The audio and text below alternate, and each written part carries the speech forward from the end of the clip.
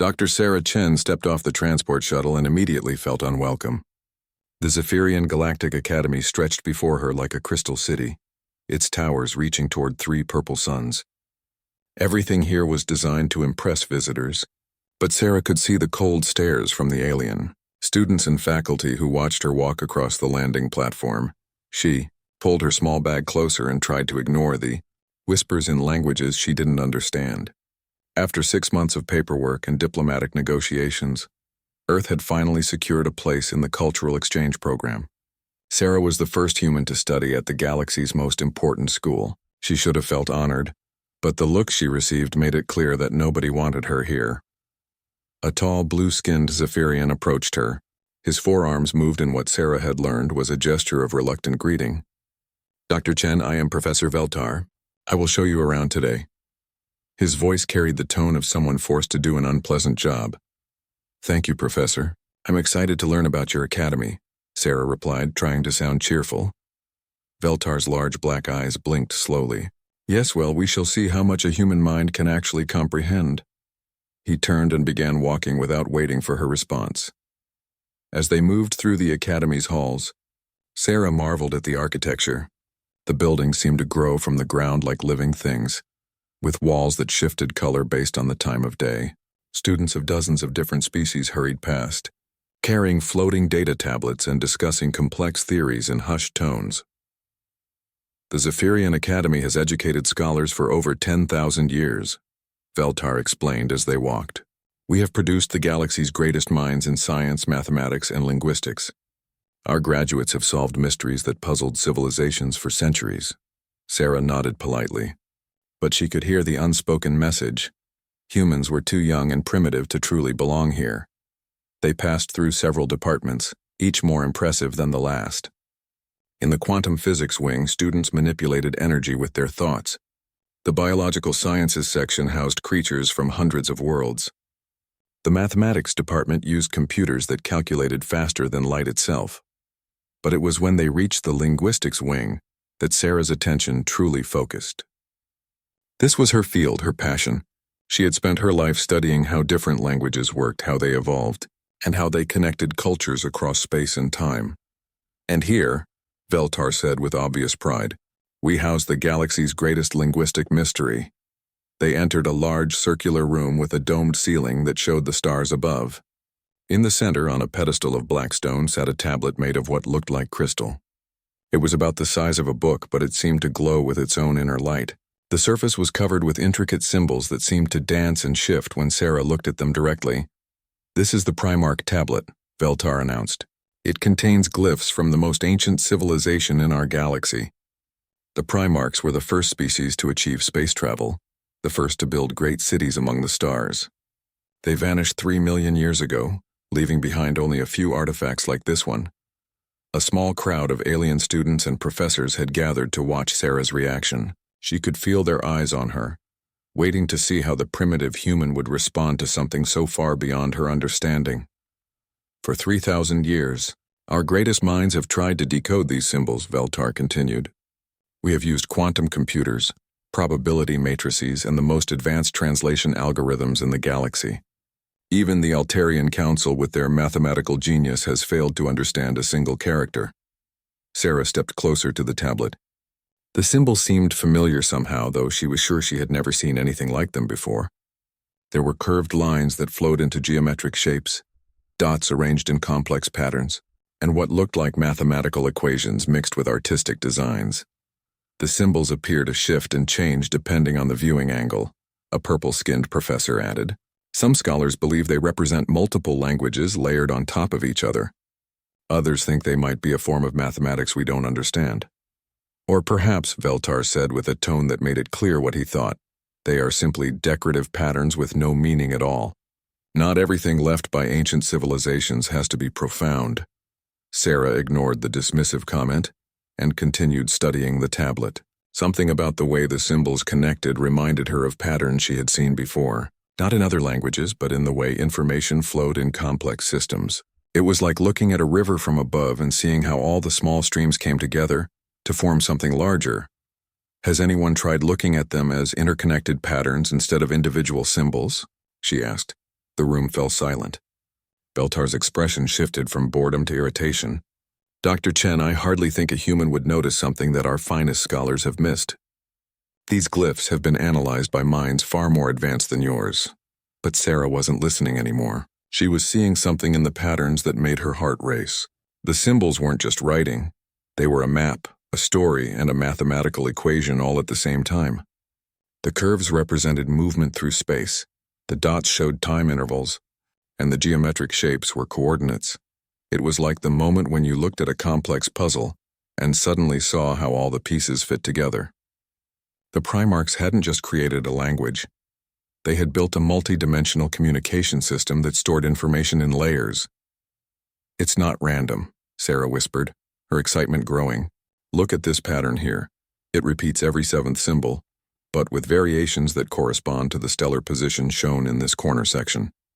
The alien scholars exchanged glances. Several moved closer to see what Sarah was pointing at.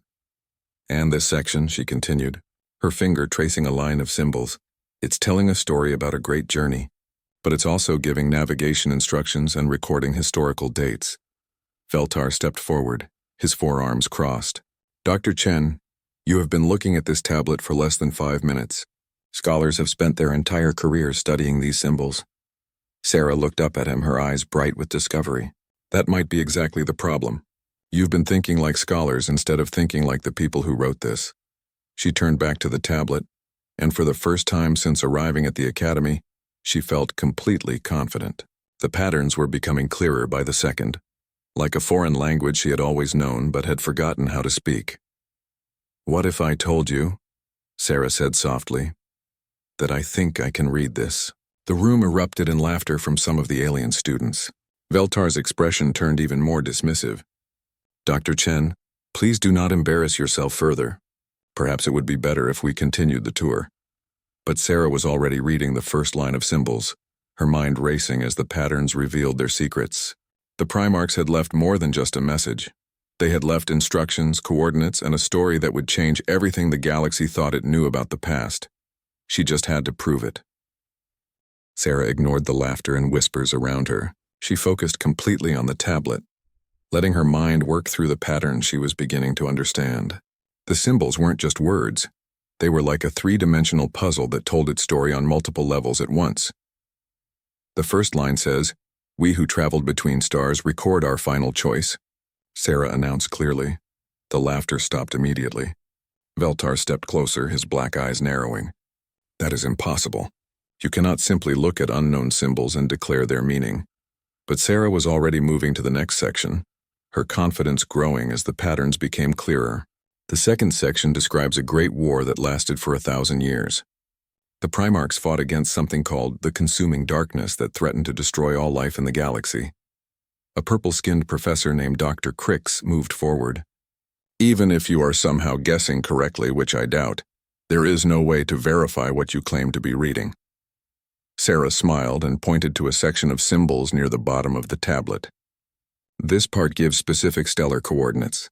If I'm right, there should be evidence of an ancient battle at these locations. She rattled off a series of numbers that corresponded to star systems.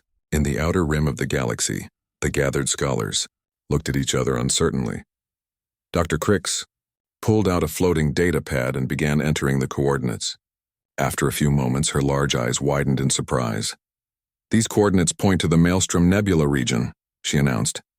That area is known for unusual energy readings and debris fields that have never been explained. Veltar waved one of his forearms dismissively. Coincidence. Ancient battlefields are scattered throughout the galaxy. Anyone could point to a random location and find evidence of old conflicts. But Sarah was continuing her translation, speaking faster now as the story unfolded before her. The Primarchs realized they couldn't defeat the consuming darkness through war, so they developed a different plan. They would scatter themselves across the galaxy, hiding their knowledge and their people until a time when the galaxy was ready for them to return. The room had grown completely quiet now. Even the students who had been laughing earlier were listening intently. They created a network of hidden installations, Sarah continued, each containing preserved technology and genetic samples. The locations are encoded here, along with activation sequences that would awaken their sleeping systems when the time was right. Dr. Crix was frantically checking her datapad. Dr. Chen, some of these star systems you're describing, they match locations where we've detected unexplained artificial signals. Signals that our scientists have never been able to decode. Veltar's expression had changed from dismissive to worried. This proves nothing. She could have studied our astronomical databases before coming here, and is simply repeating information she already knew. Sarah turned to face him directly. Then test me. Bring your quantum computers and your translation algorithms. Run verification protocols. I'll wait while you confirm what I'm telling you. For the next several hours, the linguistics department became a center of frantic activity. Senior professors arrived from across the academy, bringing with them the most advanced translation equipment in the galaxy. They ran every test they could think of, checking Sarah's translations against mathematical probability models and linguistic pattern analysis. Dr. Crix coordinated the verification effort, her purple skin taking on a darker hue that indicated stress among her species. The quantum linguistic matrix confirms grammatical consistency across all translated sections, she announced to the gathered crowd. The probability algorithms indicate a 99.7% accuracy rate in pattern recognition. Another professor, this one with silver skin and no visible mouth, communicated through a translation device. The astronomical coordinates check out. Every location described corresponds to areas of unexplained ancient activity. But Veltar was not ready to admit defeat. There must be some explanation that doesn't involve a human somehow succeeding where our greatest minds have failed for millennia. Sarah had been quietly continuing her translation work while the verification tests ran. Now she looked up with an expression of amazement. Professor Veltar, you're not going to like what the rest of this says. The entire room focused on her. Sarah took a deep breath and continued reading from the crystal tablet. The Primarchs didn't just scatter randomly across the galaxy. They were preparing for something specific. They were waiting for a particular type of species to evolve. One with the right kind of mind to understand their message and activate their systems. She pointed to a complex section of symbols near the center of the tablet. This describes the mental characteristics they were looking for. A species that evolved on a world with extreme challenges, forcing them to develop pattern recognition abilities beyond what most civilizations achieve. A species that could see connections between seemingly unrelated things. Dr. Crix was translating the coordinates in real time now, her excitement growing. These locations, they correspond to the orbital paths of worlds where young civilizations are developing, including, she paused, checking her calculations twice, including Earth's solar system. The implications hit the room like a wave. If Sarah was right, the Primarchs hadn't just hidden away randomly. They had been watching and waiting for humanity to develop. But that's impossible, Veltar protested. Humans are the youngest species in the galactic community. You've barely achieved interstellar travel. You have no advanced mathematics, no quantum computing, no formal education in thinking the way everyone else thinks. Sarah interrupted gently.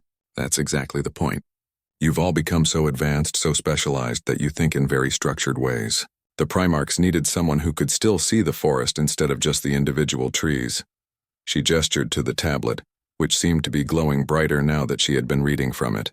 This isn't just a historical record. It's a test and an instruction manual all in one. Every time someone reads it correctly, it sends out a signal. Dr. Crix's datapad began beeping urgently.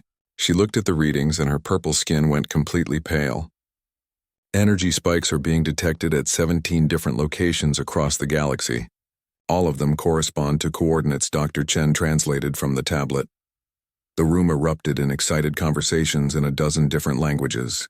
Professors were making urgent communications to their home worlds. Students were recording everything on their devices, and everyone was trying to understand what was happening.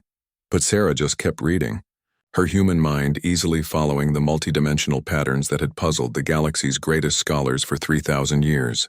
And with each line she translated, more ancient systems began awakening across the galaxy, responding to signals that had been waiting millions of years for someone with the right kind of mind to finally understand them. The consuming darkness was returning, and the Primarchs had been preparing for this moment since before any of the current galactic civilizations had even existed. They had been waiting for humanity to evolve enough to find their message and awaken their sleeping guardians. The test was complete. The real story was just beginning. Within hours, news of Sarah's translation had spread across the galactic communication networks. The Zephyrian Academy's main auditorium, which could hold 5,000 beings, was packed beyond capacity. Representatives from every major civilization in the galaxy had arrived to hear the human explain how she had accomplished the impossible. Sarah stood at the center of the circular stage, feeling small under the gaze of thousands of alien eyes. Around her, floating cameras captured every word for broadcast to billions of beings across hundreds of worlds. The pressure was enormous, but she tried to focus on what she knew best, the patterns that made sense to her human mind. Chancellor Nexaran, the Academy's highest authority, called for order. His species communicated through color changes in their translucent skin, which a translation system converted to words. Dr. Chen, the galactic academic community demands an explanation. How did you decipher in minutes what our greatest minds could not solve in millennia? Sarah looked around the auditorium at the sea of different faces, some curious, some skeptical, many openly hostile. She took a deep breath and began. The answer lies in how humans evolved, she said simply. For millions of years, my species lived on a world that was constantly trying to kill us. We had no natural weapons, no armor, no special abilities. We survived because we learned to see patterns that other creatures missed. A Volcari scholar, whose people were known for their logical thinking, interrupted. All species develop survival skills. That hardly explains your alleged linguistic abilities. Sarah nodded. But most species evolved in specialized directions. The Volcari developed perfect logic. The Altarians became mathematical geniuses. The Zephyrians mastered quantum understanding. Each species got very good at thinking in specific ways. She gestured to the tablet, which had been brought to the stage and was still glowing softly. Humans never specialized. We had to be generalists. A human hunter had to track animals by reading broken twigs, weather patterns, animal behavior, and dozens of other unrelated clues simultaneously. We learned to find connections between things that seemed completely separate. Dr. Crix, who had been working frantically on her datapad, looked up with excitement. The neural scans we took of Dr. Chen during her translation work show unusual activity patterns. Her brain is processing information through pathways that don't exist in other species. Show them the comparison, Sarah suggested.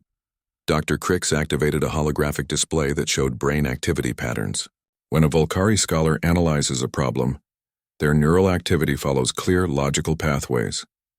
When an Altarian works on mathematics, the patterns are precise and organized. But look at Dr. Chen's brain while she translates. The hologram showed Sarah's brain activity as a complex web of interconnected lights, with signals jumping between areas that seemed completely unrelated. It looked chaotic compared to the orderly patterns of other species. She's simultaneously processing linguistic patterns, mathematical sequences, astronomical data, and historical context, Dr. Crix explained. Her mind treats all of this information as part of a single, connected system. An elderly scholar from the Centauri Collective stood up. This is fascinating, but it still doesn't explain the specific mechanism. How exactly do you read the Primarch glyphs? Sarah smiled. Let me show you. She approached the tablet and pointed to a section of symbols. Most of you have been trying to read this like a normal language, symbol by symbol, line by line. But that's not how it works. She traced her finger across multiple sections of the tablet simultaneously. The Primarchs created a multidimensional writing system. Each symbol contains multiple layers of meaning that reference other symbols in complex patterns. It's like, imagine if every word in a sentence was also a mathematical equation, a map coordinate, and a piece of music all at the same time. The auditorium buzzed with confusion. Chancellor Nexaran's skin shifted to colors that indicated skepticism. That seems impossibly complex. Only if you try to process each layer separately, Sarah replied. But human brains don't work that way. We see the whole pattern at once. When I look at these symbols, I don't translate them piece by piece. I see the entire system as a single connected pattern, and my mind automatically understands how all the pieces fit together. To demonstrate, she began reading a new section of the tablet that she hadn't translated before. As she spoke, her words were verified in real time by the Academy's computers. This section describes the Primarch homeworld. It was located in a star system with 7 planets orbiting a binary star. The world had 3 moons and experienced constant volcanic activity. But the same symbols also give the exact coordinates of the system, the gravitational specifications needed for space travel, and a warning about the type of life forms that evolved there. Dr. Crix was frantically checking astronomical databases. The coordinates correspond to a dead system in the galactic core. Records show it went supernova approximately 3 million years ago, exactly when the Primarchs disappeared. A murmur ran through the audience. Sarah continued, pointing to different parts of the tablet as she spoke. The Primarchs weren't just advanced. They thought in ways similar to humans. They saw connections between science, art, history, and mathematics as part of a single system. That's why they could create technology that seems impossible to other species. They didn't separate knowledge into different categories the way most civilizations do. She paused, letting the implications sink in. The translation system they created was designed specifically to be read by minds that work like human minds. They were looking for a species that could see the forest and the trees and the soil and the sky, all as part of one connected pattern. Chancellor Nexarin's skin colors shifted to indicate deep thought. Dr. Chen, are you suggesting that the Primarchs specifically designed their writing system to be readable only by humans? Not only by humans, Sarah corrected, but by minds that think like humans do. The problem is, no other species that we know of evolved this type of generalist pattern recognition. Everyone else specialized in specific areas. A young Altarian student raised her hand. But why would the Primarchs want to communicate specifically with generalist thinkers? Sarah's expression grew serious. Because according to what I've read so far, the threat they were preparing for requires exactly this type of thinking to defeat. The consuming darkness they wrote about isn't just a military enemy. It's something that adapts to whatever specialized approach is used against it. She gestured to the glowing tablet. The Primarchs tried fighting it with their advanced technology and failed. Other ancient civilizations tried pure logic, pure mathematics, pure force. Everything failed because they were thinking in specialized ways. The auditorium had grown completely silent. Thousands of beings hung on every word. The only way to defeat something that adapts to specialized thinking, Sarah continued, is with minds that don't think in specialized ways, minds that can see connections and patterns that no logical system would ever predict. Dr. Crix looked up from her datapad with a worried expression. Dr. Chen, the energy readings from the awakening installations are increasing rapidly. Whatever signals you triggered by reading the tablet, they're spreading across the galaxy. Sarah nodded grimly. The Primarchs built a network of sleeping guardians, but they also built a warning system. By successfully reading their message, I've activated both. She looked out at the thousands of faces staring back at her. The consuming darkness is coming back. The Primarchs knew it would return eventually. They spent millions of years preparing for this moment, waiting for a species that could think the right way to find their message.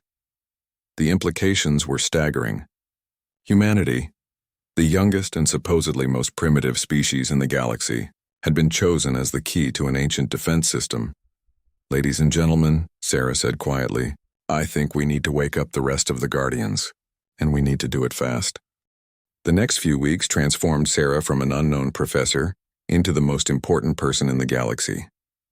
Primarch artifacts began arriving at the Academy from every corner of known space. Museums, private collectors, and archaeological sites all contributed pieces of the growing puzzle that only Sarah seemed able to solve. Her workspace had expanded from the small linguistics lab to an entire wing of the Academy. Tables lined the halls, each holding crystal tablets, metal fragments, and energy crystals covered in Primarch symbols. Sarah moved between them like a conductor leading an orchestra, reading patterns that connected artifacts separated by millions of years and thousands of light years. This piece from the Andorian Museum talks about the Outer Rim installations.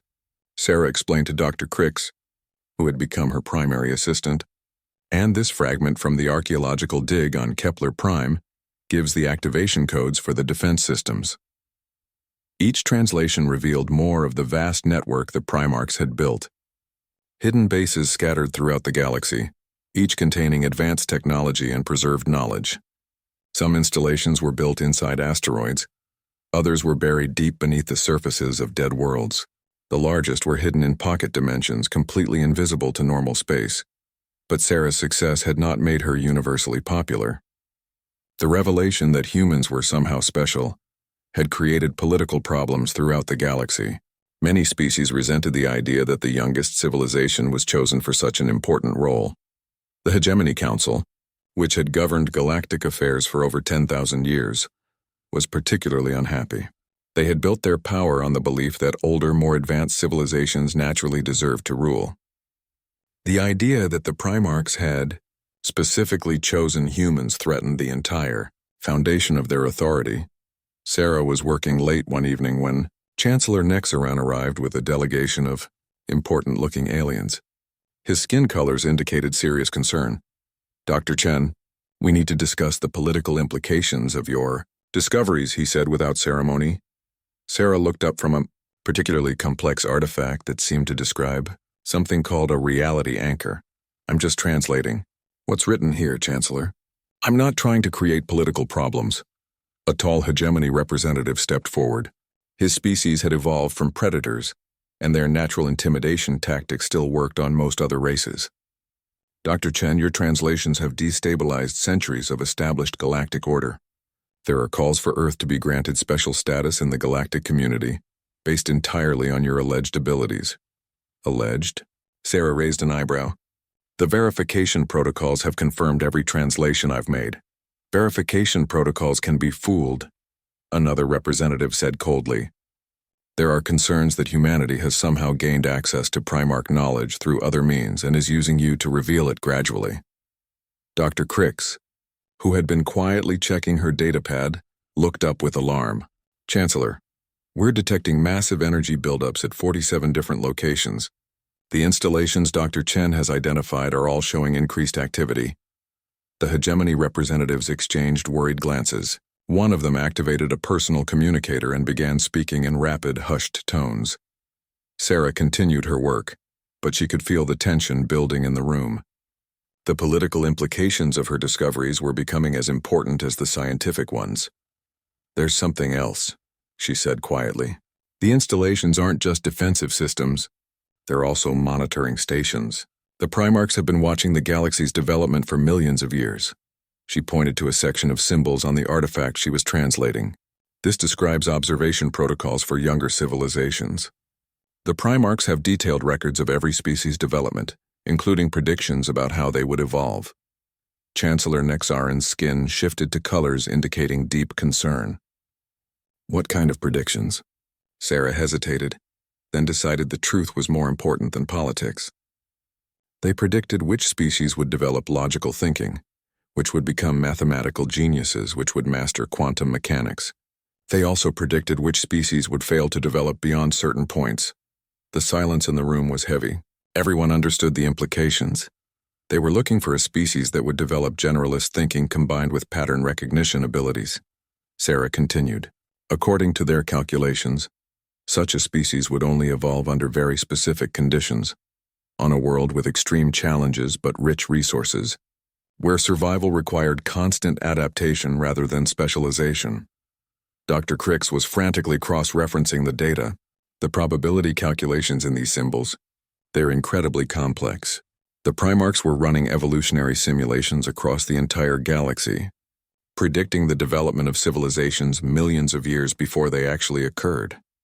The hegemony representative who had been using his communicator finished his conversation and turned back to the group. His expression was grim. "The Hegemony Council has decided that this information is too dangerous to remain in the hands of a single species. Dr. Chen, you will be transferred to a secure facility where your work can be properly supervised." Sarah stood up slowly, her expression hardening. "And if I refuse? Then humanity's membership in the galactic community will be reconsidered," the representative said coldly. But before anyone could respond, alarm systems began blaring throughout the academy. Emergency lights bathed the room in red, and automated voices announced in multiple languages that an unidentified energy signature had been detected, approaching the planet. Dr. Crix checked her scanners and her purple skin went pale. Something massive just emerged from hyperspace at the edge of the system. "The energy readings they're unlike anything in our databases." Sarah looked at the artifact in her hands and her heart began racing. She had just been translating a section about the Primarch early warning systems. "It's not unidentified," she said quietly. "It's a Primarch installation. A big one. And I think my translations have been calling it home. Through the Academy's windows, they could see a point of light growing brighter in the purple sky.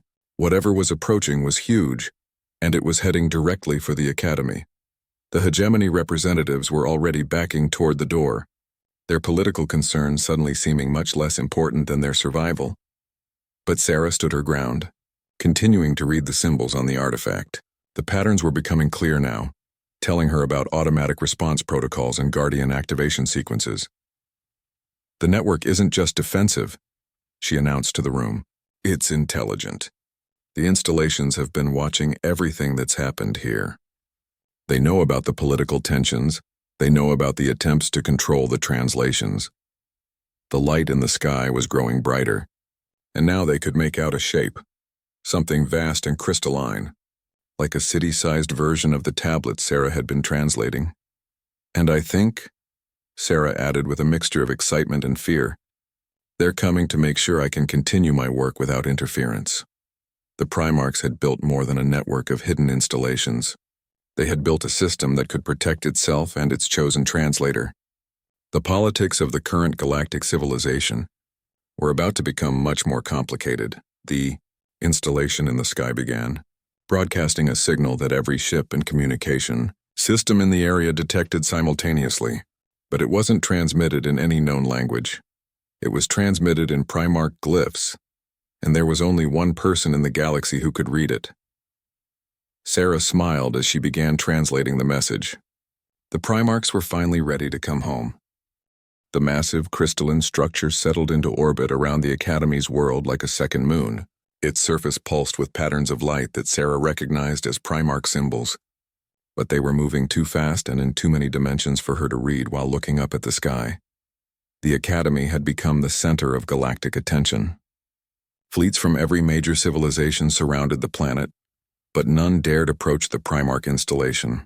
Its energy readings were beyond anything in their databases, and every attempt to scan it resulted in their instruments simply shutting down. Sarah stood in the Academy's central courtyard, surrounded by thousands of beings from across the galaxy. The hegemony representatives who had threatened her were notably absent, having retreated to their ships when the installation arrived.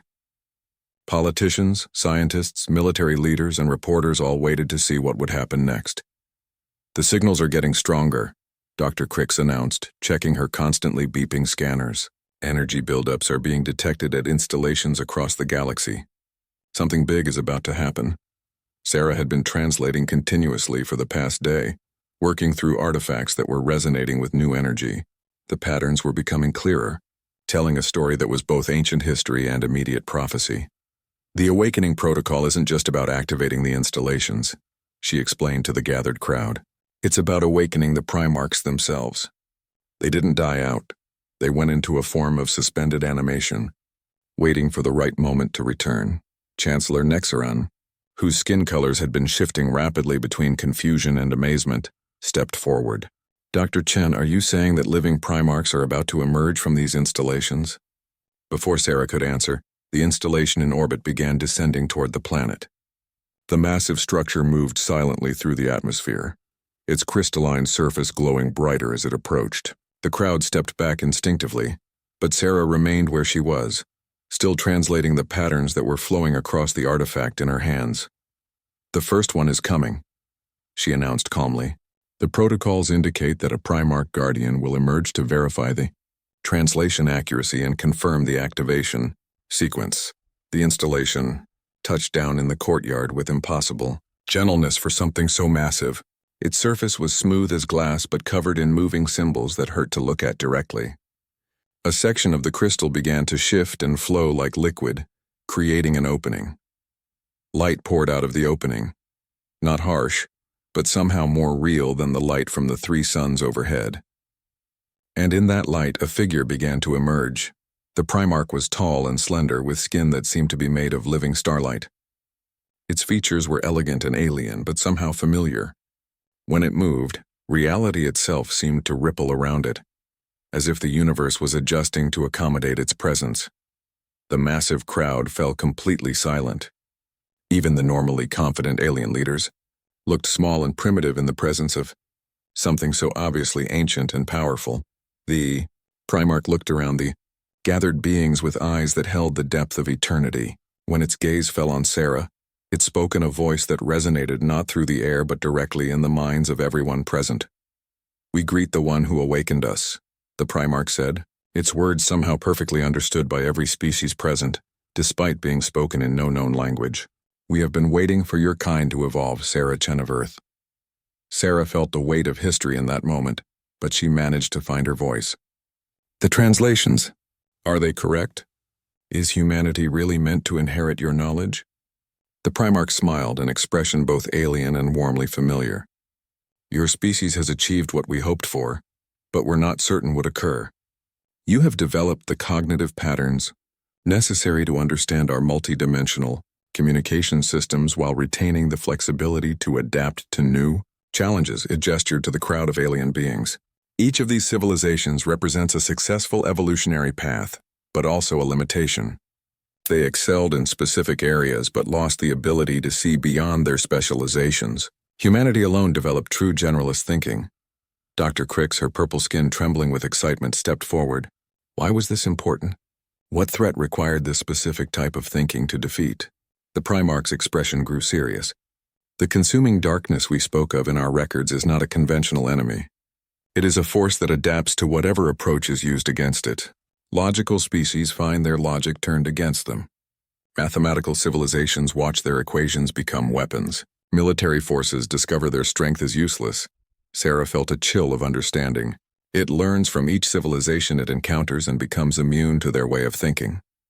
"Precisely," the Primarch confirmed.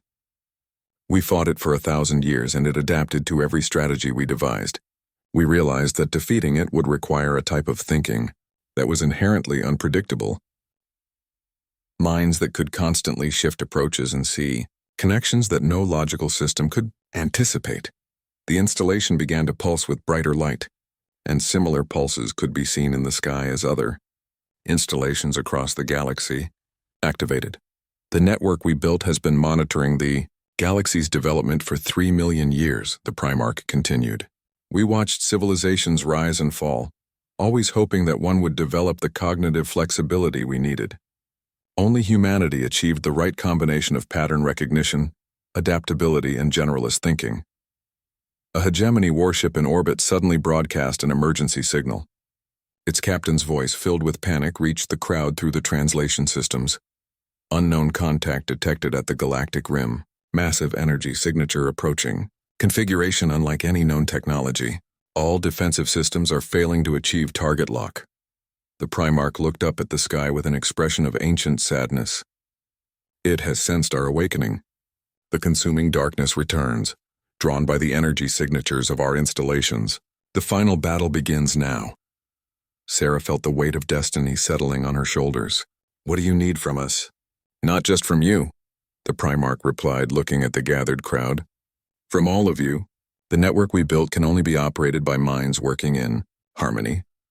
Generalist human thinking guided by the specialized knowledge of the galaxy's greatest civilizations." It gestured to the crystalline installation. "This is a control nexus.